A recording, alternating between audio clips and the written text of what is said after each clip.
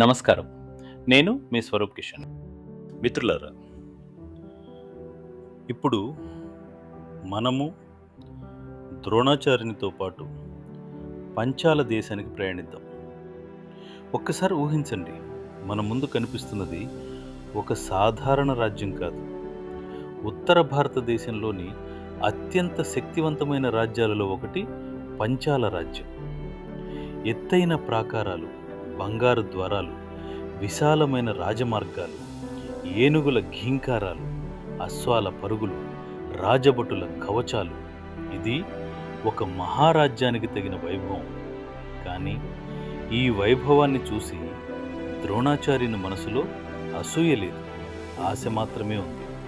ఎందుకంటే ఈ రాజ్యాన్ని పాలిస్తున్న వ్యక్తి రాజు మాత్రమే కాదు, తన బాల్య స్నేహితులు కూడా. ద్రుపదుడు నన్ను చూసి తప్పకుండా ఆనందిస్తాడు అని ఆయన మనసులో అనుకున్నాడు. ఆ అమాయకమైన నమ్మకం కొన్ని నిమిషాల్లోనే శాశ్వతంగా విచ్ఛిన్నం కాబోతుందని ఆయనకు తెలియదు.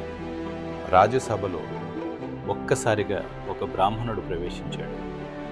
సాధారణ వస్త్రాలు, భుజంపై విల్లు, ముఖంలో అలసట, కానీ కళ్ళలో మాత్రం పాత స్నేహితుడిని కలుసుకోబోతున్న ఆనందం. ద్రుపదుడు మొదట అతన్ని గుర్తుపట్టలేకపోయాడు. కొన్ని క్షణాలు జాగ్రత్తగా చూశాడు. తర్వాత ఆశ్చర్యంతో ద్రోణ అని మనసులో అనుకున్నాడు.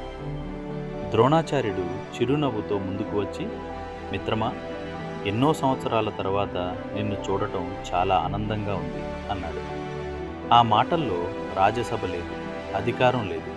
ఉన్నది గురుకులంలో ప్రారంభమైన ఒక పవిత్రమైన స్నేహం మాత్రమే. కానీ రాజసభలో కొన్ని క్షణాలు భయంకరమైన శబ్దం నెలకొంది. ద్రుపదుడు తన సింహాసనం మీద నుంచి ద్రోణాచార్యుని చూశాడు. ఆ తర్వాత చాలా నెమ్మదిగా, కానీ హృదయాన్ని గాయపరిచే స్వరంతో ఇలా అన్నాడు, ద్రోణ, నీవిప్పటికీ గురుకులంలో ఉన్నట్లే ఆలోచిస్తున్నావు. ఆ రోజుల్లో మనిద్దరం విద్యార్థులం, అందుకే స్నేహితులం. కానీ ఈరోజు నేను రాజును, నీవు ఒక పేద బ్రాహ్మణుడివి. రాజుకు పేదవాడితో స్నేహం ఎలా ఉంటుంది? మిత్రులారా, ఖడ్గంతో చేసిన గాయం కాలంతో మానిపోతుంది, కానీ మాటతో చేసిన గాయం మనసులో జీవితాంతం నిలిచిపోతుంది. ద్రుపదుడు చెప్పిన ఆ ఒక్క వాక్యం ద్రోణాచార్యుని హృదయంలో శాశ్వతంగా చిక్కుకుపోయింది. ఆయన కోపంతో మాట్లాడలేదు, వాదించలేదు, సింహాసనాన్ని చూసి అసూయపడలేదు. కొన్ని క్షణాలు నిశ్శబ్దంగా నిలబడ్డాడు. తర్వాత చాలా ప్రశాంతంగా ద్రుపదుని చూసి వెనక్కి తిరిగాడు. రాజభవనం బయటికి నడిచాడు. కానీ ఆ రాజభవనం నుంచి బయటకు వచ్చినది అదే ద్రోణుడు కాదు. ఒక కొత్త సంకల్పంతో, ఒక కొత్త లక్ష్యంతో, ఒక కొత్త జీవితాన్ని ప్రారంభించిన ద్రోణాచార్యుడు. ఇక్కడ ఒక ముఖ్యమైన విషయం గమనించాలి. మహాభారతం ప్రకారం ద్రోణాచార్యుడు ఆ అవమానానికి వెంటనే ప్రతీకారం తీర్చుకోలేదు. ఆయన ఎలాంటి హడావుడి చేయలేదు, కోపంతో యుద్ధం చేయలేదు.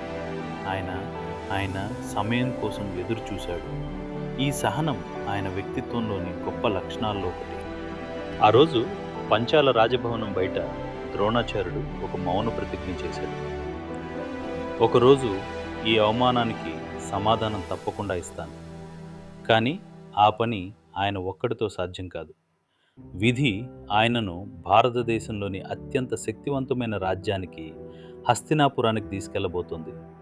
అక్కడ ఒక చిన్న బంతి, ఒక లోతైన బావి మరియు కొంతమంది అమాయక యువరాజులు ఆయన జీవితాన్నే మార్చబోతున్నారు.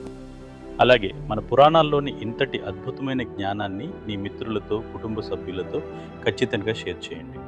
ఇలాంటి మరెన్నో అద్భుతమైన స్ఫూర్తిదాయకమైన వీడియోల కోసం మన ఛానల్ని సబ్స్క్రైబ్ చేసుకోవడం మర్చిపోకండి. ధన్యవాదాలు. నేను మీ స్వరూప్ కిషన్. రాధే కృష్ణ, జై శ్రీకృష్ణ. సర్వం శ్రీకృష్ణార్పణమస్తు.